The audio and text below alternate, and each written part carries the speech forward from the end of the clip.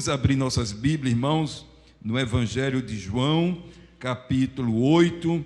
Vamos ler os versos 31 e 32. Evangelho de João, capítulo 8, verso 31 e 32. Todos acharam, amém? Diz assim. João é fácil de achar porque é o quarto evangelho, tá certo? Do Novo Testamento. É o quarto, digamos assim, é o quarto livro, né? Do Novo Testamento. Diz assim: disse, pois, Jesus aos judeus que havia crido neles: se vós permanecerdes em minha palavra, sois verdadeiramente meus discípulos, e conhecereis a verdade, e a verdade vos libertará. Eu vou ler novamente, verso 31.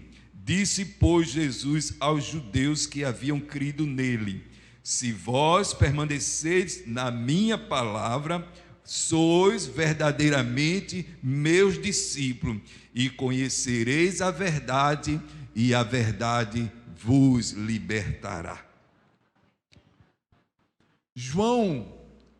O evangelista João, ele revela Cristo como o Filho de Deus.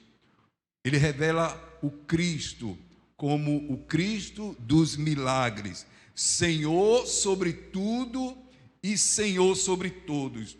Um Cristo que transforma a vida com perspectiva de salvação e vida eterna. A declaração, e conhecereis a verdade, e a verdade vos libertará, significa que somente Jesus pode libertar o homem dos seus pecados. A salvação do homem só é possível através de um relacionamento genuíno com Jesus Cristo, que expressa compromisso sincero com a verdade que ele revela. Foi o próprio Jesus que disse: e conhecereis a verdade, e a verdade vos libertará. Isso aconteceu, irmão, essas palavras de Jesus, quando ele estava num discurso com os judeus no templo. Nesse discurso, ele defendeu a sua missão, defendeu a sua autoridade que recebeu do Pai. Veja o que diz o verso 12, voltando um pouco aí. Diz assim: de novo lhes falava Jesus, dizendo: eu sou a luz do mundo. Quem me segue não andará em trevas, pelo contrário, terá a luz da vida. Jesus estava falando dele. Jesus estava falando que ele é a luz do mundo, que ele é quem traz salvação ao mundo. O apóstolo Paulo, ele registrou este discurso de tal forma que dá para a gente perceber o estado de escravidão espiritual em que se encontravam as pessoas que estavam ouvindo as palavras de Jesus. Certamente era uma multidão composta de pessoas de diferentes classes, mestres da lei, líderes religiosos, fariseus, cidadãos de Jerusalém e, quem sabe, até alguns peregrinos. Jesus faz esse discurso logo após de ter caminhado sobre o mar e depois dele ter dado vários ensinamentos de que ele é o pão da vida, que gerou questionamento. Como é que ele pode ser o pão? Como é que alguém pode comer ele? Né? E também sobre ele ser a fonte de água viva. Ele estava se referindo à vinda do Espírito Santo que desceria sobre aqueles que crescem. Mas num certo momento, aquelas pessoas até se mostraram entusiasmadas por Jesus. Algumas delas até se arriscaram a dizer que acreditavam nele. Veja o que diz verso 30. Diz assim: dita essas coisas, muitos o quê? Creram nele. Então foi neste ponto que Jesus disse: se vós permanecerdes na minha palavra, sois verdadeiramente meus discípulos, e conhecereis a verdade, e a verdade vos libertará. Eu queria destacar aqui alguns pontos importantes nesse texto. Primeiro, o verdadeiro discipulado. Observe que muitos dos que tinham crido em Jesus, eles retrocederam. Se a gente continuar lendo, na sequência do discurso, vamos perceber que a reação daquelas pessoas não passava de uma profissão de fé superficial, quando disseram que creram em Jesus. Porque logo adiante, eles começam a insultar o Senhor e depois queria até apedrejá-lo. Aqueles que tinham dito que criam. Vejam o que diz o verso 48. Responderam, pois, os judeus e disseram: porventura não temos razão em dizer que és samaritano e tens demônio? Acusaram Jesus de samaritano e ter demônio. Os irmãos sabem o que é ser samaritano? Era um insulto, porque aqueles que moravam ou nasceram na região superior do norte, lá na região do norte de Israel, eram considerados judeus de raça inferior, porque eles tinham se misturado com outros povos, e eles tinham até se misturado com vários deuses. Então eles acusaram Jesus de samaritano e de ter demônio. E depois ele prossegue no verso 59, diz assim: então pegaram em pedras para atirarem nele, mas Jesus se ocultou e saiu do templo. Perceberam aquela crença rasa, superficial? Eles disseram que creram, mas agora estavam insultando o Senhor e estavam querendo apedrejá-lo. Mas Jesus traz uma palavra aos judeus, tentando fazê-lo entender que se é para crer, tem que ser somente nele.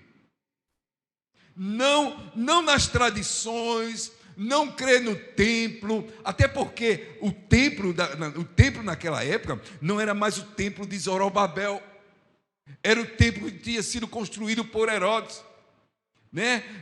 Não é crer na sinagoga onde eles se reuniam, não era crer na lei como forma de regular as suas condutas, mas crer em Jesus e na sua palavra e nela permanecer.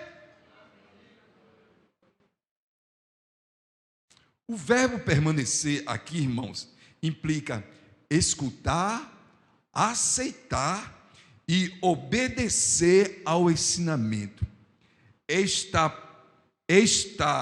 Plantar-se, estar enraizado, seguir permanentemente o Evangelho, o ensino de Jesus Cristo, para ser considerado discípulo. Não seria apenas bastante aceitar ou consentir mentalmente com o que Jesus dizia. Não. Se eles quisessem estabelecer um relacionamento real com Jesus, teriam que viver de acordo com o seu relacionamento. Deixa eu dizer uma coisa: o relacionamento com Jesus começa no dia chamado hoje. Porque o importante não é você dizer que crê em Jesus, mas o importante é você ter a validação da parte do Senhor de que você crê nele. Estão entendendo, irmãos? crê por crer, diz Tiago, que até o diabo crê e até treme. Mas quem vai validar se você realmente crê é o próprio Senhor Jesus. Eu não posso tapear Deus, dizer que creio, né? E na verdade meu coração não crê, porque Ele vê o que está dentro de mim. Eu tenho que ser sincero com Ele, porque Ele é onisciente, Ele sabe todas as coisas. Certa vez eu estava evangelizando uma pessoa, e aí ela me interrompeu e disse: mas eu creio em Jesus. Mas aí eu pergunto, como será esse crer? Será que Jesus está validando essa sua crença? A palavra do Senhor diz: se com tua boca confessares a Jesus como Senhor, e em teu coração crê que Ele ressuscitou dentre os mortos, serás salvo. Porque com o coração se crê para a justiça, e com a boca se confessa acerca da sua salvação, daquilo que você creu. Alguns disseram para Jesus: nós temos credo em ti, Senhor. Mas aí ele respondeu: se permaneceres na minha palavra, sois meus discípulos. Isto é, nas palavras que Jesus ensinou, que é o conteúdo dos evangelhos, pelo qual Jesus encarnou, pelo qual Ele veio, encarnou, morreu e ressuscitou. Ele disse: se credes nas palavras, sois verdadeiramente meus discípulos. Sabe de uma coisa, irmão? Você pode ter crido em Jesus como resultado de você ter testemunhado de um milagre. Você pode dizer que crê em Jesus Cristo porque os hinos e as pregações na igreja são bonitas, são boas, são espirituais. Você pode dizer que é um cristão por frequentar a igreja todo domingo, de ser um evangélico dos evangélicos, de ser um católico dos católicos. Mas deixa eu dizer uma coisa: se alguém disser que crê em Jesus, é uma coisa, mas outra coisa é inteiramente diferente colocar-se como verdadeiro discípulo e aprendiz de Cristo, porque crer simplesmente pode ser uma motivação de um impulso momentâneo, mas crer como verdadeiro discípulo exige estudo constante, atitude permanente de obediência ao Evangelho de Jesus Cristo. Amém? A verdadeira liberdade. Por obedecer o Evangelho de Cristo, é que de fato nos tornamos discípulos. Foi isso que a gente está dizendo. E teremos experiência da verdade. Isto é, de experimentar e praticar a palavra. Isso é o que é a verdadeira liberdade, tornando-nos verdadeiros seguidores, provando e conhecendo a verdade pela confiança praticante da liberdade. Liberdade que liberta das mentiras, das hipocrisias, da idolatria, que liberta das modas, do egoísmo, das formalidades, da religiosidade. Liberdade que liberta da maldade escondida dentro do homem, do auto-engano, de olhar para dentro de você mesmo e enxergar quem você realmente é, e que é pecador e carece da graça de Deus e da sua salvação. Aleluia! Aleluia! Esta liberdade, ela acontece quando eu vivo o Evangelho, não como uma moral externa, né? Mas como um espírito de consciência e que produz decisão, que provoca mudança na minha mente e que me faz andar na disciplina de Jesus. Isso me faz entender que o Evangelho, ele não é um corpo de doutrina, uma informação exterior. Não, você tem que fazer isso porque está escrito, porque é o seu dever, é assim que está escrito. O Evangelho, ele é pura verdade que coincide com um novo estilo de vida e transforma o ser e muda o seu caminho.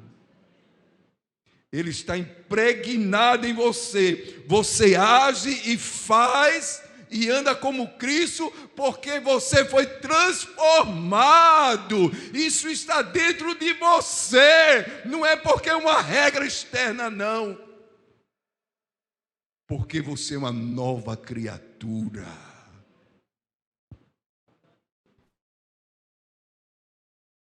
Conhecer a verdade é aprender sobre a palavra de Deus e colocá-la em prática. Isto requer tempo e dedicação. É organizar o seu tempo para ler e meditar na Bíblia, se aprofundar no conhecimento das coisas de Deus, porque isso transforma a vida. Muitos querem ser libertos, mas não se dispunham a conhecer a verdade. Resume a vida espiritual como um culto dominical na semana, ou apenas 3 minutos de oração quando vai dormir.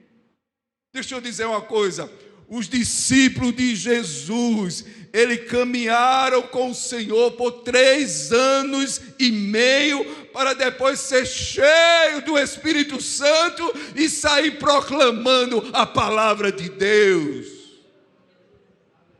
Você, meu irmão, e eu precisamos se relacionar com Deus no seu dia a dia, todos os dias da semana. Aleluia. Conheça a verdade, conheça esse caminho e receba a vida de Deus em você. Aleluia. Finalmente, o verdadeiro caráter. Veja o que os judeus falaram no verso 33. O que eles falaram?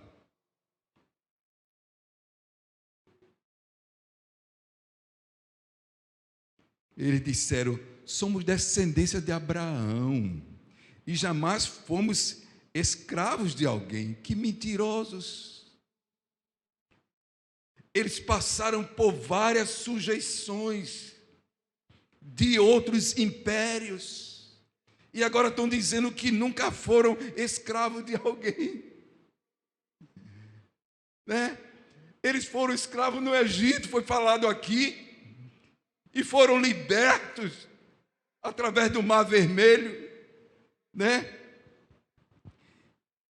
Os judeus, eles achavam que já eram livres por acreditarem na tradição de que ser descendente de Abraão, isso constituía um estado de realeza. Embora eles estivessem politicamente também sujeitos a Roma, mas tinham Jeová como seu pai. Eles pensavam assim. Eles estavam enganados, irmãos, porque para ter salvação e vida eterna não depende de linhagem. Não é por seus pais serem crentes, não é por seu marido ser crente, ou por sua esposa ser crente, que você também vai para o céu. Não! Salvação é algo muito pessoal. Cada um deve ter a sua própria consciência de pecado e de que carece da graça de Deus e buscar o Senhor para receber a salvação que Ele dá. Aleluia. Jesus explicou que a liberdade mais importante é a liberdade moral e espiritual. Ele diz assim no verso 34: todo aquele que comete pecado é escravo do pecado. Isso quer dizer que, por serem pecadores, eles também eram escravos do pecado. O pecado da mentira, o pecado de estar metido na escravidão dos vícios, na escravidão do ódio, da inveja, do engano. Mas Jesus, como Filho de Deus, digam Filho de Deus. Pois é, como Filho de Deus, tem todo o poder e Ele tem todo o direito de libertar os escravos, porque Ele é Filho, levando os escravos, libertando os escravos das correntes que os prendem. Como diz o verso 35 e 36, se você quiser acompanhar, diz assim: disseram, 35 e 36, o escravo não fica sempre na casa, o filho sim, para sempre. Se pois o filho vos libertar, é o quê? Verdadeiramente sereis livres. Aleluia! Quem liberta é o filho. Quem liberta é o filho, aqueles que estão na escravidão. Conhecer a verdade é entregar a sua vida a Jesus. Não só ser um frequentador de igreja, é mais do que isso, é relacionamento com Jesus. Ele mesmo disse: eu sou o caminho, a verdade e a vida. Ele é a vida. Por isso, conhecer a verdade é ter um relacionamento com Cristo, é viver com Cristo, é permitir que o Espírito Santo molde o seu caráter. Conhecer a verdade é aprender sobre a palavra de Deus, é colocá-la em prática. Isto requer tempo, dedicação, sendo por ela transformado.